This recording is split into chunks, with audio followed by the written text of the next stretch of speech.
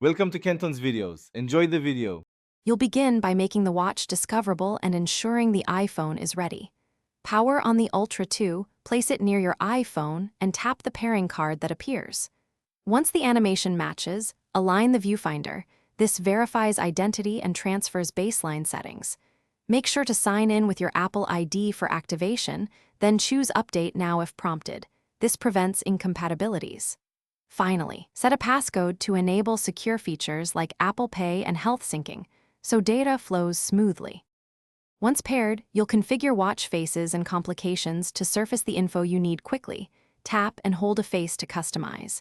Then, program the action button for a specific tool, workout, dive, or stopwatch, so one press does the heavy lifting.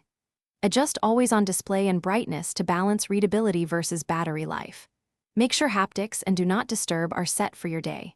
Finally, install apps from the App Store and verify health, activity, and wallet syncing so metrics and payments work instantly. To complete setup, test core sensors by starting a short outdoor workout so GPS, heart rate, and altimeter calibrate.